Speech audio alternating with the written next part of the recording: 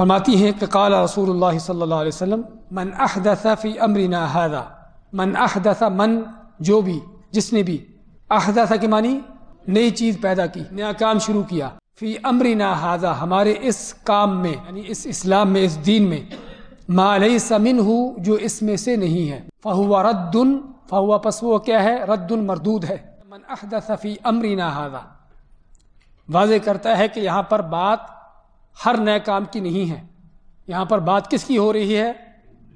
دین میں، اسلام میں، کیونکہ نئے کام بہت سے ہوتے ہیں، کچھ کام دنیا کے ہوتے ہیں اور کچھ دین کے ہوتے ہیں، اور دونوں میں فرق ہے کہ دنیا کے کاموں کے حوالے سے اللہ نے ہم کو قاعدہ کلیہ دیا ہے، هو الذی خلق لکم ما فی الارض جمیعا، سورہ بقرہ پہلے پارے میں اللہ فرماتا ہے کہ وہ اللہ کی ذات ہے جس نے ہر چیز زمین میں تمہارے لیے پیدا کی ہے۔ تو زمین میں پیدا شدہ ہر نعمت اللہ نے ہمارے لیے پیدا کی ہے تاکہ ہم اس سے فائدہ اٹھائیں۔ الگ بات ہے کہ اللہ نے اس میں کوئی حدیں رکھ دی ہیں کہ اس چیز کو کہاں تک، کس حد تک استعمال کرنا ہے۔ کپڑوں کے استعمال میں جیسا مرضی پہنے، لیکن مردوں کے لیے ریشم کو منع کر دیا۔ کھانے کے حوالے سے بے شمار اللہ کی نعمتیں کھانے کی، صرف چند چیزیں ہیں جن کو حرام کر دیا۔ یعنی کہنے کا مقصد دنیا کی نعمتوں کا اصل قاعدہ کلیہ کیا ہے کہ وہ حلال ہیں، جائز ہیں، اللہ شاذ و نادر چند چیزیں کہ جن کو اللہ نے حرام کیا ہے، اس کی قرآن و حدیث میں باقاعدہ دلیلیں ہیں۔ اور اس سے ہم کو کیا معلوم ہوا کہ اگر کوئی کہتا ہے یہ تم مائک استعمال کر رہے ہو، آپ گاڑی پہ سوار ہوتے ہو، جہاز پہ سوار ہوتے ہو، کیا دلیل ہے ان چیزوں پر سوار ہونے کی؟ تو ہم کیا کہیں گے؟ ہاں، ہمیں اس کو دلیل دینے کی ضرورت نہیں۔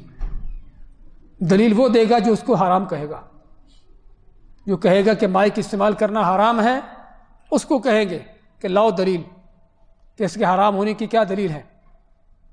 اللہ نے کھانے پینے کی چیزوں میں سے شراب کو حرام کیا، سور کو حرام کیا، اس کی دلیل ہے نا؟ ہاں، اس کی دلیل ہے۔ اس لیے دنیا کے استعمال کی چیزوں کے حوالے سے اصل یہ ہے کہ وہ حلال ہیں، جائز ہیں۔ جو اس کو حرام کہتا ہے اس کو دلیل دینا ہے، جو اس کو حلال سمجھ کر استعمال کر رہا ہے اس کو دلیل دینے کی ضرورت نہیں۔ اور دنیاوی معاملات کا معنی کہ جن چیزوں کو آپ نیکی، عبادت، ثواب کی نیت سے نہیں کر رہے، چشمہ لگانا آپ کا ثواب کی نیت سے نہیں ہے، مائک کا استعمال کرنا کوئی نیکی ثواب کی نیت سے نہیں ہے، یہ ہے دنیا کا قاعدہ کلیہ، دنیا کے امور کا۔ اور دین کے حوالے سے یہاں پر من احدث فی امرنا ھذا، جس نے ہمارے اس کام میں، اس دین میں کوئی نیا کام شروع کیا، تو نیا کام یہاں دین میں ہے، دنیا میں نہیں ہے۔ اور دین کی تعریف کیا ہے، یا دین کے کام کی کیا پہچان ہے؟ کہ جس کو بھی آپ نیکی کی، عبادت کی، ثواب کی نیت سے کریں، کہ جس کے پیچھے آپ کا مقصد ہو نیکی، عبادت، ثواب، تو یہ ہے دین کا کام۔